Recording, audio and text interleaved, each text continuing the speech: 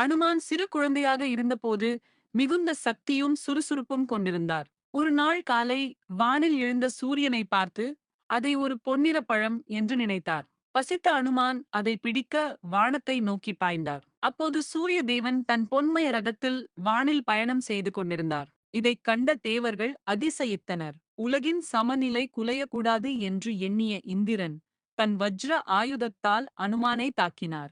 அனுமான் மயங்கி பூமியில் விழுந்தார். தன் மகன் மயங்கியதை கண்ட வாயு தேவன் கோபமடைந்து உலகிலிருந்து காற்றை அகற்றினார். அனைத்து உயிர்களும் துன்பம் அடைந்தன. உடனே தேவர்கள் வாயு தேவனை சமாதானப்படுத்தி அனுமானை உயிர்ப்பித்தனர். அனுமானுக்கு அமரத்துவம், அளவற்ற பலம், ஞானம் மற்றும் அச்சமின்மை ஆகிய வரங்கள் வழங்கப்பட்டன. அனுமானின் துணிச்சலைக் கண்டு மகிழ்ந்த சூரிய தேவன் அவரை தன் சீடனாக ஏற்றுக்கொண்டார். அனுமான் சூரிய தேவனுடன் வானில் பறந்து வேதங்களையும் சாஸ்திரங்களையும் கற்றார்.